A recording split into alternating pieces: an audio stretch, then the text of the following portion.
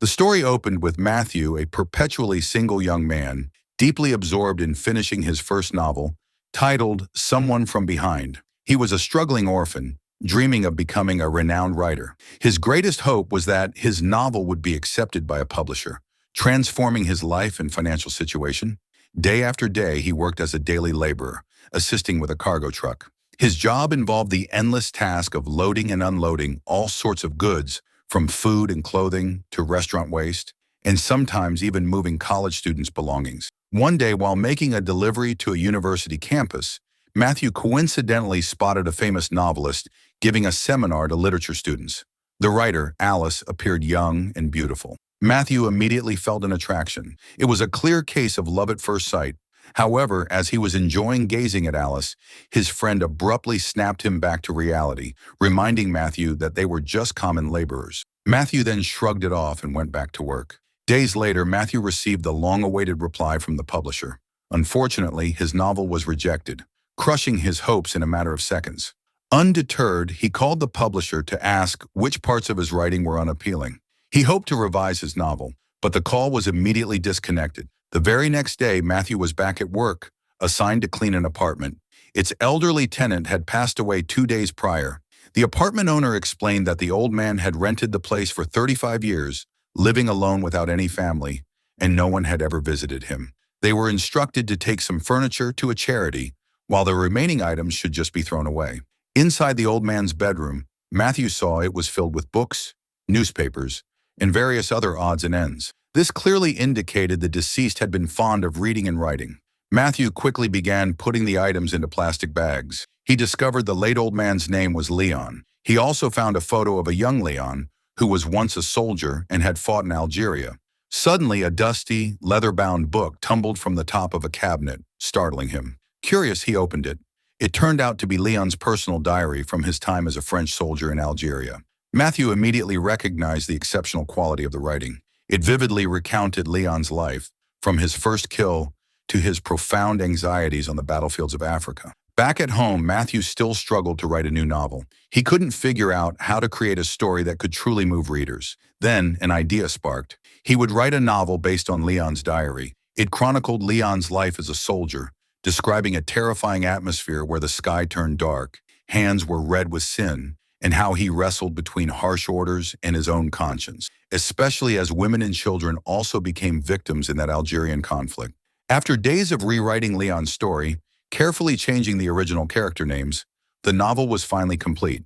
However, Matthew was unsure what title would fit this tale. He eventually found inspiration in a powerful phrase, Algerian sands blackened by blood. He then titled his new novel, Black Sand. The very next day, while working, Matthew received a phone call from the publisher. They told him his novel, Black Sand, was excellent and invited him to a meeting. Matthew was overjoyed that his novel had been accepted. However, since the story was not entirely his own idea, he meticulously noted down all the important moments from Leon's diary so he could explain the narrative smoothly to the publisher. After memorizing everything, he burned the diary, outwardly claiming the story as entirely his original work. Unbeknownst to him, a major misfortune was about to haunt him for the rest of his life. Matthew finally met the publisher, who was thrilled with his writing. He praised Matthew's writing style and the novel's deeply moving story, saying it transported readers right into the battlefield. Coincidentally, Matthew saw Alice there, who was also reviewing the novel. Matthew, still smitten, approached her. Alice seemed unfazed, not recognizing him. She commented that Black Sand was an excellent novel, far exceeding her expectations. Just then, a bookstore owner called out to Matthew and congratulated him. Alice suddenly realized that the man she had been talking to was Matthew, the author of Black Sand. This, of course, impressed her. 3 years later, Matthew had become a renowned author. His novel was a huge bestseller, bringing him considerable income. Even better, Alice was now his girlfriend. She invited him to meet her wealthy parents, Alain and Helen, who lived in a luxurious mansion on the beach. There, Alain proudly showed off his collection of rare French Royal-era weapons. Afterward, Alice took Matthew for a walk along the coast and even showed him a shed where she used to play hide-and-seek with her father as a child. While spending his dear time with Alice, his publisher suddenly called. Matthew had violated his contract. It had been 3 years since Black Sand was released, and Matthew had not submitted a new novel. His fans were waiting for more work, and his contract obliged him to produce new material. Yet he had not sent a single page. In his room, Matthew was utterly frustrated. He could not write a good novel because, deep down, he knew he lacked the natural talent. To make matters worse, his royalties were now being withheld by the publisher because he had not fulfilled his contract to produce a new novel. The contract stipulated at least 2 novels per author for royalties to continue indefinitely. Then Stanislaus, or in short, Stan, Alan, and Helen's slightly arrogant godson, came to visit and met Matthew. They had a few drinks. From his demeanor, it was clear Stan had a crush on Alice and was not happy about Matthew being her boyfriend. The next day, Matthew still struggled with what to write. He revisited his first rejected novel, Someone from Behind, and gave it to Alice for her review.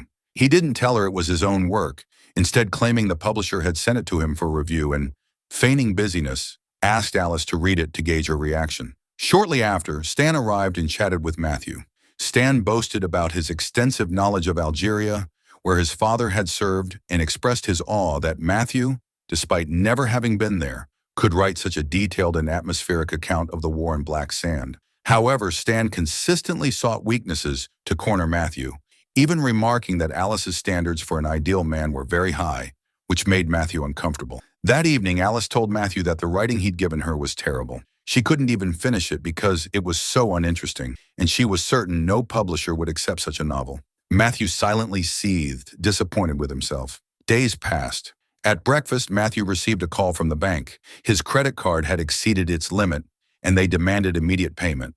Matthew panicked. His account was empty because his royalties were withheld due to breaching his contract with the publisher. He couldn't write another novel as good as Black Sand, which only added to his stress and self-doubt. Desperate, he faked an accident and went to the hospital, claiming he had been attacked by robbers. This was a lie to prevent Alice and her family from realizing he was actually stressed and self-harming himself. Meanwhile, Stan seemed to sense something suspicious about Matthew. Back home, the publisher relentlessly hounded Matthew for the new novel manuscript, but Matthew only offered empty promises. He hadn't even written a single paragraph. On the other hand, Alain, Alice's father, seemed worried about his future son-in-law. He informed Matthew that a letter for him had arrived. When Matthew opened it, he found a photograph of Leon, the diary's owner, who Matthew believed was dead. Time passed. Matthew visited a bookstore with Alice for a fan signing event. Suddenly, a man approached, claiming to be a friend of Leon and saying that Matthew had misused a dead man's diary. The man, identified as Arnaud, demanded $500 million as hush money, threatening to expose to the public that Black Sand was not Matthew's original work. The next day, Arnaud called, demanding the money. Matthew asked for time, explaining that his account was empty. Arnaud then revealed he knew Alice and her family were hanging out in the yard, implying he had been spying on their house. Matthew, cornered, promised to give Arnaud a very expensive pistol from Alain's collection. Unbeknownst to Matthew, Stan was standing behind him, overhearing the conversation about the pistol. Later that night, it was time for Matthew to steal that collector's pistol. He used Alain's golf glove and broke a window to make it look like a burglary. The next morning, the police finished investigating the supposed break-in at Alain's house. Matthew and Alice suggested installing an alarm system. Meanwhile, Stan, suspicious of Matthew's conversation from the day before, bravely ventured to search Matthew's room. At the same time, Alice and her father went for a walk on the beach for some fresh air, with Matthew opting not to join them. Back in Matthew's room, Stan discovered a wooden book box. At the same time, Matthew walked in and found Stan holding the pistol he had hidden. Stan immediately attacked Matthew, declaring that he would never have Alice. In a desperate struggle, Matthew hit Stan on the head with the pistol. Tragically, Stan died from that head wound, leaving Matthew bewildered. His intention was never to kill. Moments later, Alice's voice echoed from a distance, prompting Matthew to quickly hide Stan's body in the closet, along with his belongings. As he cleaned himself, Matthew noticed Stan's scratch marks on his neck, which he then covered with a collared shirt. Soon Alain and Alice arrived, wondering why Stan had left so abruptly without saying goodbye. Alice tried to call him, which made Matthew panic. He quickly silenced Stan's phone and sent a text message to Alice, claiming Stan had left due to an urgent matter. That evening, they all had dinner together when suddenly something dripped from the ceiling onto the dining table. Matthew immediately feared it was blood from Stan seeping through, but it turned out to be only his own fear. The liquid was actually blood from his nosebleed. Alice tried to help him, but Matthew refused and left the table, rushing to check the closet.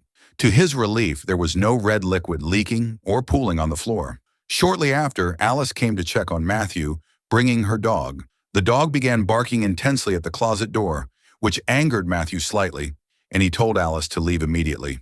Later that night, as everyone slept soundly, Matthew retrieved tools from his in-laws' shed. He wrapped Stan's body in a mat, and with his slender build, he exerted all his strength to push the bundle from the upper floor. He then carried it to the beach, planning to sink the body. Matthew found heavy metal weights to submerge Stan in the sea, and the gruesome scenario finally began. After successfully executing his plan, Matthew rushed back, but strangely, the boat's engine stalled. Soon a marine police patrol boat appeared on the water. Panicked, Matthew immediately dove to the seabed, fearing discovery, and swam desperately toward the shore. The morning sun had already arrived. Matthew hurried back home before the household woke up, wanting to appear as if he hadn't gone anywhere. He quickly got into bed, but Alice was already awake and silently wondered where Matthew had been all night. Later that afternoon, Matthew woke up and looked for Alice, thinking she might be at the beach, and sure enough, Alice was engrossed in reading a novel. She was startled to see a wrapped bundle floating by the rocks. However, it was just Matthew's nightmare. He then took a refreshing shower and quickly handed the stolen collector's pistol to Arnaud. Arnaud was thrilled, knowing the antique pistol's high value. He then revealed he was Leon's son. He had never visited his father when Leon was alive, but now that his father's diary had become a best-selling novel, he was claiming kinship and extorting money from Matthew. Upon returning home, Matthew was shocked by Alice's changed demeanor. She accused him of cheating the previous night, which Matthew vehemently denied. Alice also pointed out numerous calls on Matthew's phone, assuming they were from another woman, when in fact they were from Arnaud. Matthew desperately tried to explain that she was the only woman he loved. He had always dreamed of her since the very first sight, but he was no one back then. Then black sand changed everything. They started to get to know each other, and that was the happiest day of his life. Matthew finally confessed that he wasn't a great writer and that the novel wasn't truly his. He had only been afraid that if Alice knew the truth, she would leave him. But to his relief, Alice still loved Matthew, even knowing he wasn't the brilliant writer she had believed him to be. Their love, she said, was true and needed no reason. They reconciled and spent the rest of the day together. Days later, Matthew found inspiration to write a novel about his own story. It began with his past as a nobody, his falling in love with a high society girl, his intense struggles, and everything that had happened in his life, including the murder and the lies he had experienced.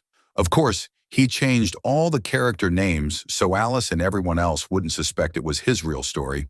Matthew wanted to prove that he could write a good novel with his own hand, while Alice continued to encourage him never to give up. Finally, the novel was complete. He titled it False Pretenses and confidently wrote his name as the author. However, when he went to find Alice on the beach, he instead saw that the police had discovered Stan's body in the sea. Panic surged through him. His problems seemed endless. The police soon arrived at their house and informed the residents that skin had been found under Stan's fingernails, suggesting Stan had scratched his assailant. The police requested that every member of the household, including neighbors and anyone known to Stan, undergo a DNA test in Paris on Sunday. As if that wasn't enough, Arnaud called Matthew again, demanding more money. Matthew grew increasingly frustrated. He was in a dilemma. If he took the DNA test, he would surely be caught for Stan's murder and sent to prison. He began frantically thinking of a way to escape this impossible situation. The next day, Alice and her parents left to meet Stan's parents in Paris for the funeral. Matthew couldn't join them, feigning a meeting with his publisher. He then gave Alice the novel about his life story, asking her to read it, and promised to meet her in Paris for the DNA test on Sunday. It was time for his meeting with Arnaud, who continued to extort money from him. Matthew planned to harm Arnaud by inserting a coin into the seatbelt buckle slot, hoping to disable it. Arnaud, feeling superior, threatened to harm Alice and her family if Matthew didn't give him the money, even planning to take antique items from their home himself. Matthew, now utterly disgusted, crashed the car into some rocks. Fortunately, Matthew survived, but Arnaud had perished. His seatbelt clearly failed. Matthew then conceived a desperate plan to escape the DNA test and imprisonment. He moved Arnaud's body to the driver's seat and put his watch, wallet, and phone on him, hoping everyone would believe Matthew himself had died. The risk, of course, was that he would be presumed dead and could never live with Alice again. To ensure the scenario's perfection, he doused the car and the body with gasoline and set them ablaze. Matthew then vanished, with the entire world believing he had died in the accident. 2 days later, Matthew watched the news from a hotel, seeing reports that he, the phenomenal author of Black Sand, had tragically died in a car crash. 2 years passed.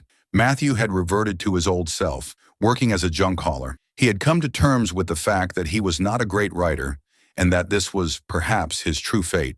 For him, it was better to be an ordinary person than to be famous and rot in prison. Though his wages were meager, his life was finally peaceful, free from the burden of living a lie. Soon rain fell, drenching the city streets. As he walked past a bookstore on his way home, Matthew was stunned to see his own photograph displayed prominently. The novel about his life, False Pretenses, which he had given to Alice, had been accepted by a publisher and was now a bestseller across Europe. Not only that, but he also saw Alice inside with a baby who was in fact his own son. Matthew looked devastated, unable to embrace his adorable child. Suddenly, Alice glanced toward the door and the story ended.